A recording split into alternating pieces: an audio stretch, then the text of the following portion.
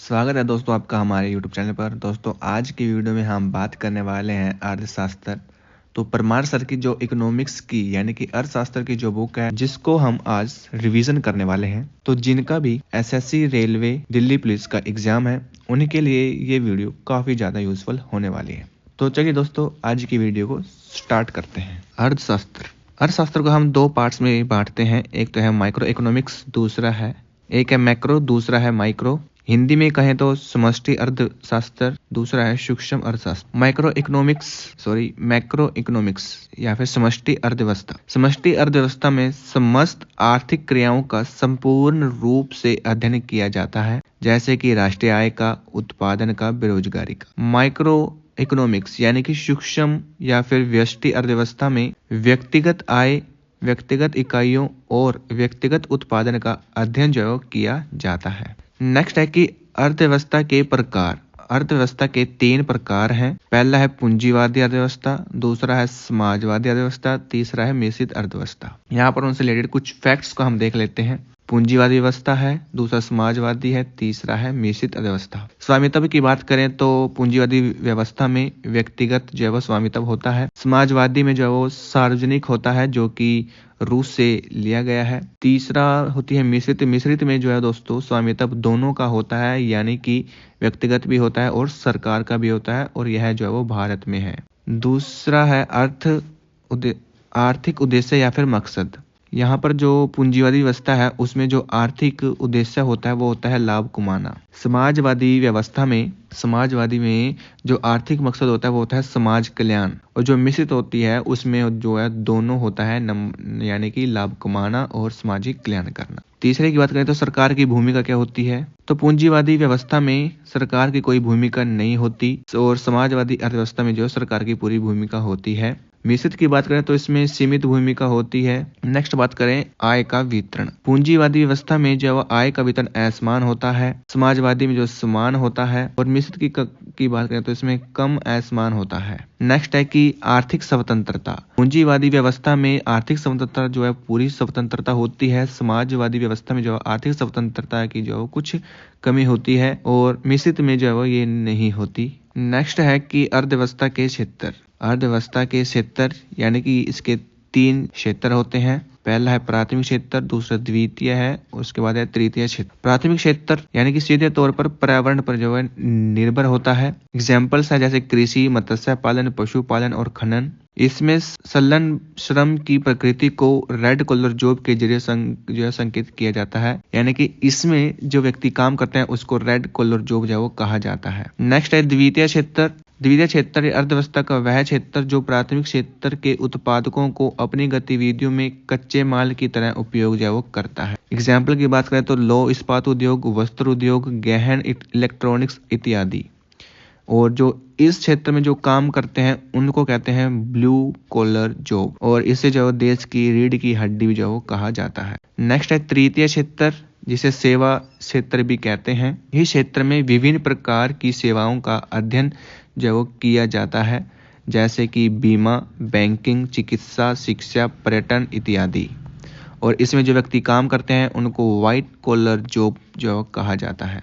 Next है चतुर्थ क्षेत्र। इसमें यह सरकार, संस्कृति, पुस्तकालय, वैज्ञानिक अनुसंधान, शिक्षा और सूचना प्रौद्योगिकी से जुड़ी बौद्धिक गतिविधियों पर जो आधारित होती है, और इसको जो नॉलेज सेक्टर भी कहा जाता है। उसके बाद है किन्वरी क्षेत्र, यानी कि ऐसी सेवाएं जो नए और मौजूदा विचारों के निर्माण, पुनर्व्यवस्था और व्याख्या पर ध्यान केंद्रित करती है। फॉर एग्जाम्पल राजनीतिक वरिष्ठ व्यापार अधिकारी, और इसको जो गोल्ड कॉलर जॉब जो बोला जाता है। कुछ इंपॉर्टेंट पॉइंट की बात कर लेते हैं कि जो तृतीय क्षेत्र है वो भारतीय अर्थव्यवस्था के सकल राष्ट्रीय उत्पाद में सबसे अधिक योगदान करता है। सबसे कम जो योगदान है वो प्राथमिक क्षेत्र का है। सबसे ज्यादा कार्यों में संलग्न जो लोग हैं वो प्राथमिक क्षेत्र में हैं।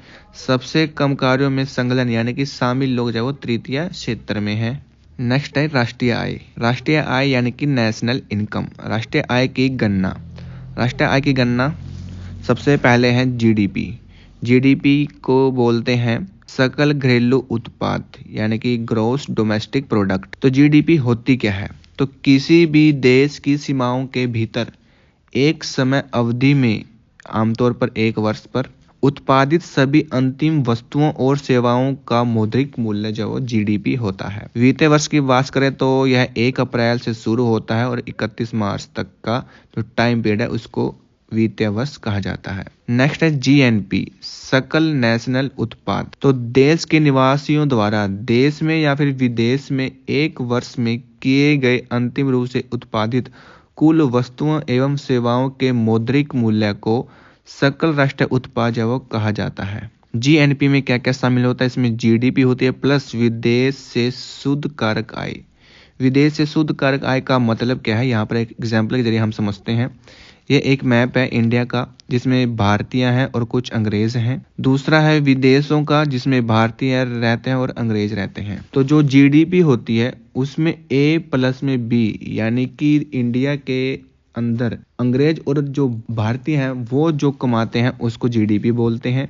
जीएनपी में क्या होता है, इसमें ए और सी, यानी कि इंडियंस जो इंडिया में है और इंडियंस जो दूसरे विदेशों में है, तो उनसे जो भी कमाई होगी उसको जीएनपी में काउंट किया जाता है। नेक्स्ट है एनडीपी। एनडीपी यानी कि शुद्ध घरेलू उत्पाद। एनडीपी में क्या होता है, इसमें जीडीपी माइनस मूल्यह्रास। जीएनपी की बात करें तो जीएनपी माइनस मूल्यह्रास। जीडीपी में क्या होता है, जीडीपी प्लस नीफा। नीफा होता है कि इंडियंस की आय का और माइनस जो फॉरेनर हैं, जो आपके विदेशी हैं, उनकी आय का जो डिफरेंस होता है उसको बोलते हैं निफा। जीडीपी की जो शुरुआत की थी वो साइमन कुजनेट ने की थी 1934 में, और जो मौद्रिक भ्रम की अवधारणा दी थी वो थी इरविंग फिशर ने दी थी।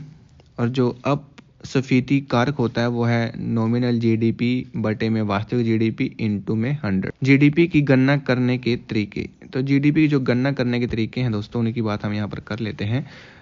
तो जीडीपी गणना करने के तरीके, पहला है मूल्य यानी कि उत्पादित वर्धित मूल्य। इसमें क्या होता है, आउटपुट माइनस इनपुट यानी कि वैल्यू एडिड प्रोडक्ट मेथड। दूसरा है दोस्तों यहाँ पर आय विधि यानी कि इनकम मेथड। इसमें क्या होता है, कर्मचारियों का मुआवजा होता है, लाभ होता है किराया और पेनल्टी ब्याज, और मिश्रित आय होती है। तीसरा है व्यय विधि यानी कि एक्सपेंडिचर मेथड। इसका एक फॉर्मूला होता है ये वाला, जिसमें सी प्लस जी प्लस आई प्लस एक्स माइनस एम का डिफरेंस। सी से होता है कंजप्शंस यानी कि उपभोग। जी से होता है गवर्नमेंट एक्सपेंडिचर यानी कि सरकारी खर्च। आई से होता है इन्वेस्टमेंट यानी कि निवेश। एक्स से होता है निर्यात। एम से होता है आयात। इन दोनों के डिफरेंस होता है। ठीक है दोस्तों। उसके बाद है प्रति व्यक्ति आय, यानी कि देश के अंदर जो प्रति व्यक्ति आय वो क्या है। तो इसका जो फॉर्मूला होता है वो है राष्ट्रीय आय बटे में जनसंख्या। नेक्स्ट है कि क्रय शक्ति क्षमता क्या होता है। किन्हीं दो देशों के बीच वस्तुओं या सेवाओं की कीमत में मौजूद अंतर से जो लिया जाता है। जो भारत है, क्रय शक्ति क्षमता भारत की 5th है जीडीपी, और पीपीपी जो है वो है 3rd। नेक्स्ट बात करें तो कि व्यक्तिगत निजी आय यानी कि पर्सनल इनकम क्या होती है। किसी व्यक्ति की मजदूरी, निवेश, उद्योगों और अन्य उपकरणों से होने वाली कुल आय जो करों के बाद होती है वो होती है व्यक्तिगत आय यानी कि पर्सनल इनकम। निजी आय या फिर व्यक्तिगत आय में क्या क्या शामिल होता है, तो इसमें नेशनल इनकम प्लस आय अर्जित लेकिन प्राप्त नहीं, प्लस आय प्राप्त लेकिन अर्जित नहीं। इंग्लिश में बात करें तो पर्सनल इनकम यानी कि national income plus transfer payment minus undistribution corporation profit. Next है कि प्रयोजन व्यक्तिगत आय माइनस कर, इसमें जो इसको जो शामिल किया जाता है। ये कुछ यहाँ पर फॉर्मूलेज हैं, इनको आप याद कर सकते हैं। नेक्स्ट है बजट और कर, यानी कि बजट और कर को हम यहाँ पर देखेंगे। यहाँ पर है बजट, गवर्नमेंट बजट। इसके 2 भाग होते हैं, राजस्व बजट और पूंजीगत बजट। राजस्व बजट 2 प्रकार का होता है, जैसे कि राजस्व प्राप्तियां होती हैं और एक राजस्व व्यय यानी कि खर्च। राजस्व प्राप्तियां यानी कि इसमें कुछ पार्ट्स हैं, एक तो कर राजस्व होता है, एक गैर कर राजस्व होता है, और जो व्यय होता है राजस्व वो योजना होता है, गैर योजना राजस्व व्यय होता है। पूंजी बजट की बात करें तो ये 2 भागों में बटा हुआ है, जैसे कि पूंजी प्राप्तियां होती हैं और पूंजी व्यय यानी कि खर्च। पूंजी व्यय जो 2 भागों में बटी होती है, यानी कि योजना पूंजीगत व्यय और गैर पूंजीगत गैर योजना पूंजीकृत व्यय। नेक्स्ट है कि राजस्व व्यय में क्या शामिल होता है। अवसर, ना तो असेट बढ़ रहा है ना ही लिएबिलिटी जो घट रही है। पूंजीगत व्यय की बात करें तो कभी कभी और असेट बढ़ता है तो लिएबिलिटी जो है वो घटती है। वेतन क्या होता है। वेतन राजस्व व्यय में काउंट किया जाता है। लोन पूंजीगत व्यय होता है। ब्याज राजस्व होता है और अनुदान जो है राजस्व। नेक्स्ट है कि राजस्व में क्या क्या शामिल किया जाता है और पूंजीगत आय में क्या क्या शामिल किया जाता है। तो पहले नंबर राजस्व व्यय यानी कि इसमें वेतन, पेंशन, सब्सिडी, अनुदान, ब्याज राजस्व जो काउंट किया जाता है। पूंजीगत व्यय की बात करें तो इसमें निर्माण यानी कि किसी भी बुनियादी ढांचे जैसे कि जमीन मशीनरी की खरीद, निवेश हो गया, लोन हो गया, ऋणों का पुनर्भुगतान हो गया। आगे जी लोन या फिर ऋण। मूलधन जो कि पूंजीगत है, ब्याज जो कि राजस्व है। नेक्स्ट है कि बजट तैयार कौन करता है। तो आर्थिक मामलों का विभाग जो है बजट तैयार करता है।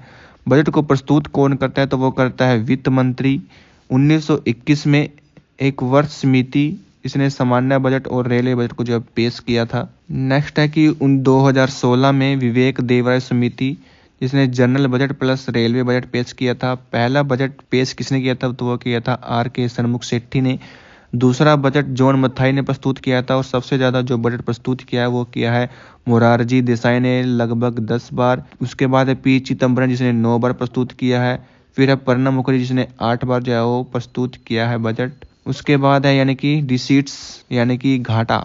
घाटा क्या होता है कि प्राप्ति, इनकम, प्राप्तियाँ, इनकम जो है वो बड़ा हो जाता है खर्च से, उसको बोलते हैं सरप्लस बजट। उसके बाद है जब खर्चा ज़्यादा हो जाता है, इनकम कम होती है, उसको बोलते हैं बजट घाटा या फिर डिसीट बजट। नेक्स्ट है कि बजटीय घाटा क्या होता है। बजटीय घाटा यानी कि बजटरी डिफिसिट। राजस्व घाटा। राजस्व घाटा यानी कि जब राजस्व खर्च माइनस राजस्व प्राप्तियों का डिफरेंस। राजकोषीय घाटा होता है यानी कि कुल खर्च माइनस सरकार की कुल आय।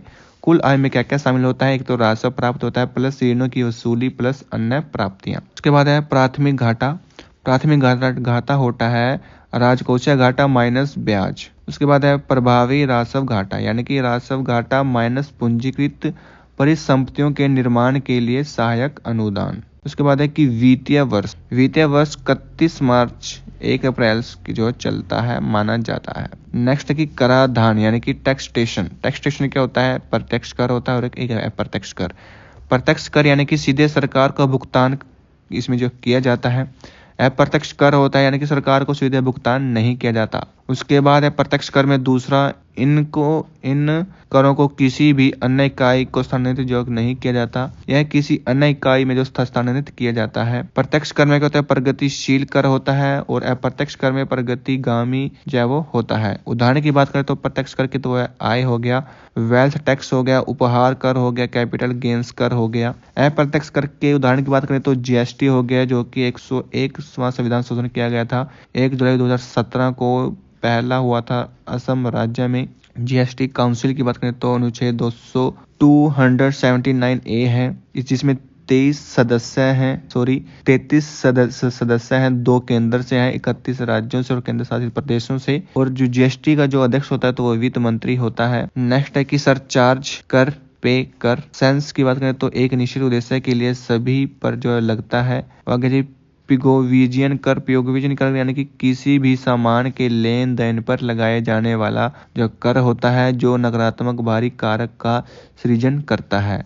नेक्स्ट है कि सेबी की स्थापना। सेबी की स्थापना जो है वो कब हुई थी इसके बारे में हम पढ़ने देते हैं। यानी कि 12 अप्रैल को 1988 में माधुरी पुरी बुच जो कि इसके अध्यक्ष हैं। हेडक्वार्टर की बात करें तो मुंबई में है। FRBM एक्ट की बात करें तो 2003 में आया था और इसकी स्थापना 12 अप्रैल 1988 को हुई थी। नेक्स्ट है कि मांग और आपूर्ति। मांग और आपूर्ति यानी कि जिसमें मांग क्या होती है। मांग यानी कि जिसमें इच्छा होती है। औकार यानी कि समर्थन होता है, संतुष्टि होती है। नेक्स्ट है कि मांग वक्र। मांग वक्र दोस्तों आप देख सकते हैं यहाँ पर ये मांग वक्र से हैं। ये आपूर्ति वक्र है, इसमें निर्माता की तरफ से बटे में लाभदायक ये ग्राफ है, आप देख सकते हैं।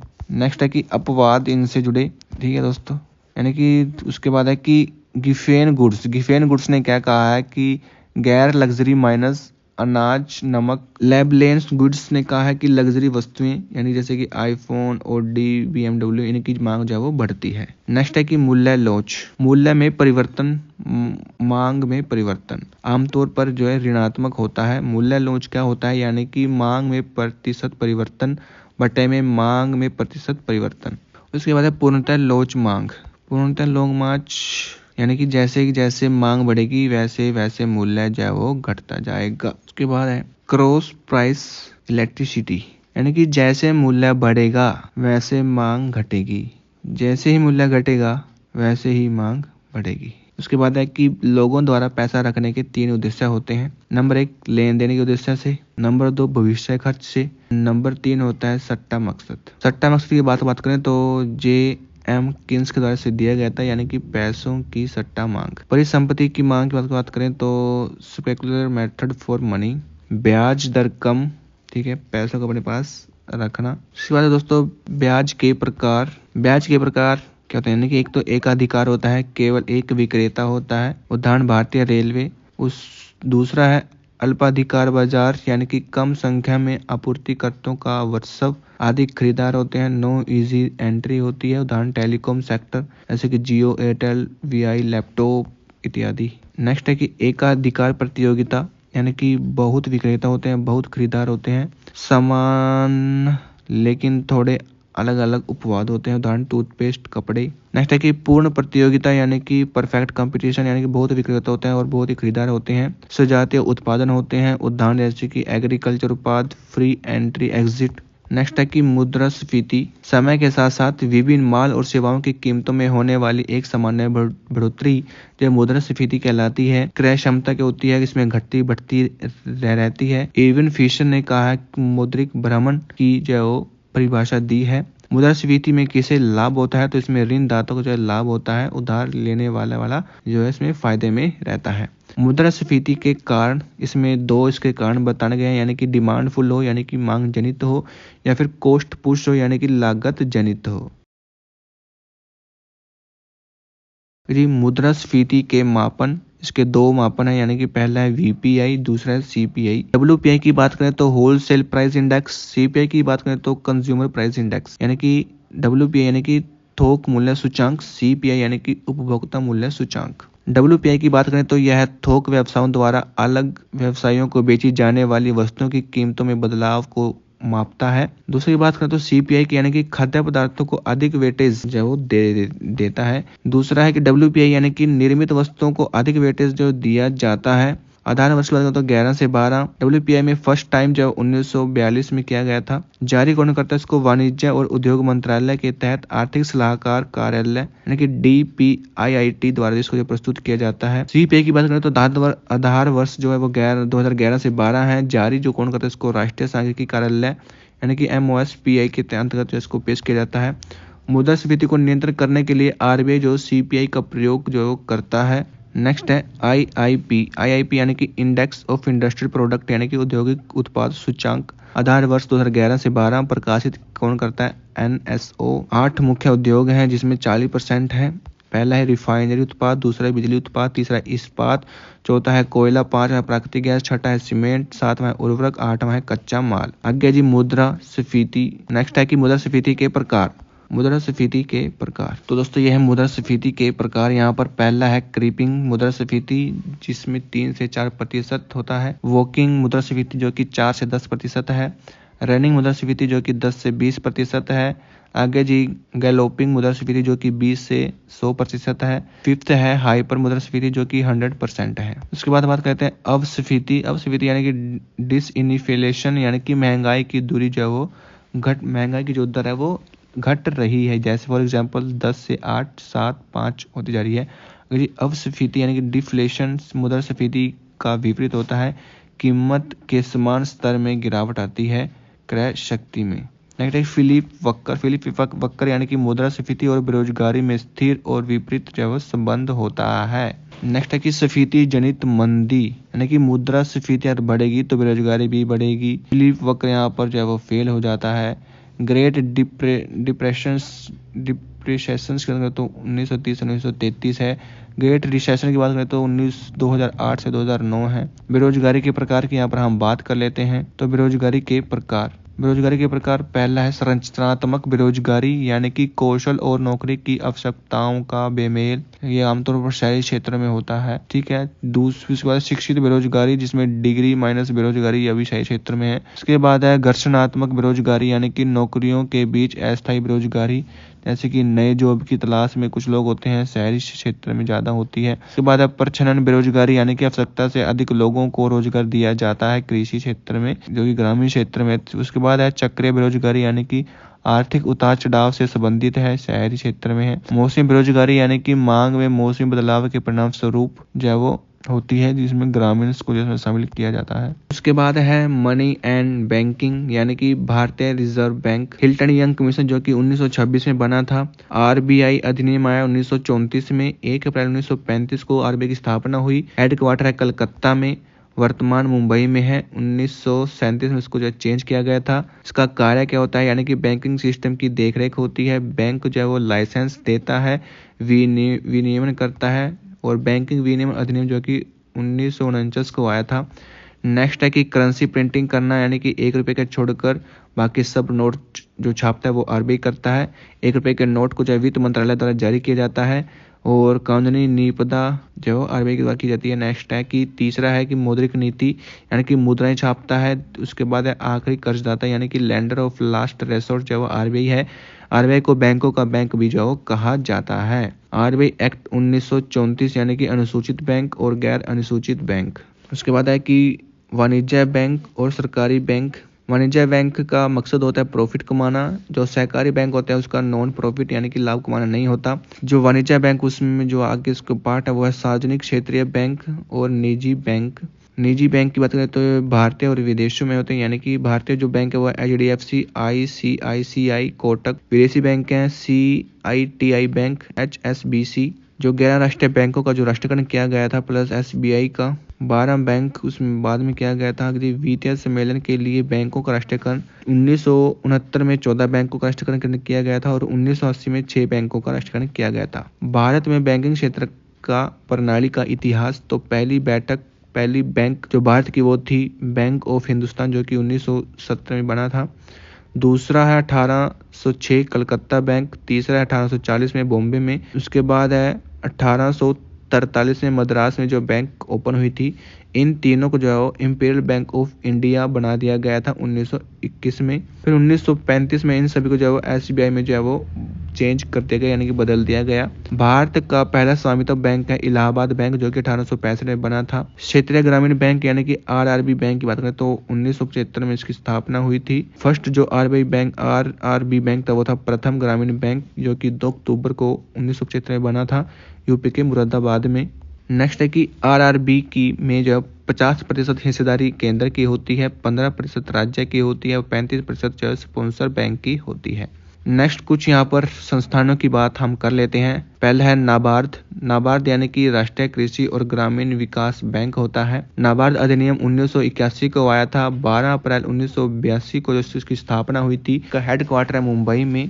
और बी शिवरमण समिति जो कि 1969 में जो इसका गठन किया गया था, शिवरमण समिति का। नाबार्ड के जो कार्य क्या होते हैं वो होता है ग्रामीण क्षेत्रों को ऋण संस्थाओं को पुनर्वित्त उपलब्ध कराना, सहकारी बैंक और क्षेत्रीय ग्रामीण बैंकों का पर्यवेक्षण करता है, यानी कि पीएमएवाई, केसीसी, रुपे, किसान कार्ड इत्यादि जो है नाबार्ड द्वारा किए जाते हैं। नेक्स्ट है कि राष्ट्रीय आवास बैंक जो कि 1988 में बना। फिर उसके बाद है सेबी अधिनियम 1992 में आया। 1 अप्रैल 1988 को यह बना। हेडक्वार्टर की बात तो मुंबई में है। जिसके कार्य वो है निवेशकों के इंटरेस्ट की रक्षा करना। चेयरपर्सन है वो है माधवीपुरी बुच, जो कि पहली महिला अध्यक्ष हैं। नेक्स्ट है कि आईआरडीएआई अधिनियम 1999 में आया। अप्रैल 2000 में पॉलिसी धारकों की हितों की रक्षा करना इसका काम होता है। नेक्स्ट है कि सूक्ष्म वित्त संस्थाएं, यानी कि माइक्रो फाइनेंस इंस्टीट्यूट्स। सूक्ष्म वित्त संस्थाएं क्या होती हैं? यह कम आय वाले व्यक्तियों या समूहों को प्रदान की जाने वाली एक बैंकिंग सेवा है जिनके पास अन्यथा वित्तीय सेवाओं तक कोई अन्य पहुंच नहीं होती। एग्जाम्पल की बात करें तो लोन, इंश्योरेंस, बचत। सूक्ष्म वित्त लोन क्या होता है? पात्र व्यक्ति जिनकी आर्थिक घरेलू आय 3 लाख से कम हो तो उसको सूक्ष्म वित्त लोन जो प्रदान किया जाता है। कि नेक्स्ट है कि सूक्ष्म वित्त संस्थान के पिता कौन है, तो मोहम्मद यूनुस जो कि बांग्लादेश के हैं। इन्होंने जो ग्रामीण मॉडल बैंक की स्थापना की थी 1970 में और नोबेल पुरस्कार जो प्राप्तकर्ता भी हैं। नेक्स्ट है कि बिजनेस मॉडल क्या होता है, यानी कि तो स्वयं सहायता समूह होते हैं जिसमें 10 से 20 लोगों का समूह होता है। बीपीएल का समूह होता है, यानी कि बिलो पॉवर्टी लाइन। दूसरा है संयुक्त देश समूह जिसमें 4 से 10 लोगों का एक समूह होता है। न्यूनतम और अधिकतम हो सकती है, उद्देश्य यानी का लाभ कमाना होता है। नेक्स्ट है मुद्रा की जो स्पेलिंग जो फुल फॉर्म है वो है micro unit development and refinance agency. यह 3 प्रकार के लोन जो है वो प्रदान करता है। पहला है शिशु लोन जिसमें 50,000 तक का जो है वो ऋण दिया जाता है। दूसरा है किशोर ऋण जिसमें 5 लाख तक जो है वो ऋण दिया जाता है। तीसरा है तरुण ऋण जो कि 5 लाख से 10 लाख तक दिया जाता है। 2015 में इसको जो है वो लॉन्च किया गया था। उसके बाद जो मुद्रा होता है ये गिरवी मुक्त ऋण जो है वो होता है। आगे जी सिडबी की स्थापना 2 अप्रैल 1990 को हुई थी। हेडक्वार्टर लखनऊ में है। जिसकी फुल फॉर्म है वो है small industrial development bank of India. वित्त मंत्रालय के अंतर्गत दोस्तों यह आता है। नेक्स्ट है कि आईडीबीआई फुल फॉर्म है इसकी industrial development bank of India. अधिनियम 1964 में आया था। आगे जी बीएससी यानी कि बॉम्बे स्टॉक एक्सचेंज 1875 में बना। तीसरा एनएसई यानी कि नेशनल स्टॉक एक्सचेंज 1992 में बना। नेक्स्ट है मौद्रिक नीति में जाओ दोस्तों, यहाँ पर पहले आता है CRR यानी कि कैश रिजर्व रेशो यानी कि नगद आरक्षित अनुपात। आरबीआई के पास जो रखा जाता है जो एक वाणिज्यिक बैंक की कुल जमा राशि के प्रतिशत को संदर्भित करता है। नेक्स्ट है कि SLR यानी कि स्टैच्यूटरी लिक्विड रेशो यानी कि वैधानिक तरलता अनुपात। वाणिज्य बैंकों द्वारा स्वयं बनाए रखा जो जाता है नगद सोना जो है गवर्नमेंट या फिर सिक्योरिटी के लिए। IR मिलता है इंटरेस्ट रेट जो है मिलता है। लिक्विडिटी यानी कि तरलता यानी कि बैंकिंग प्रणाली में अधिक तरलता आसानी से उपलब्ध नकदी को संदर्भित करती है जिसमें बैंक अल्पकालिक व्यापार और वित्तीय जरूरतों को जो पूरा करता है।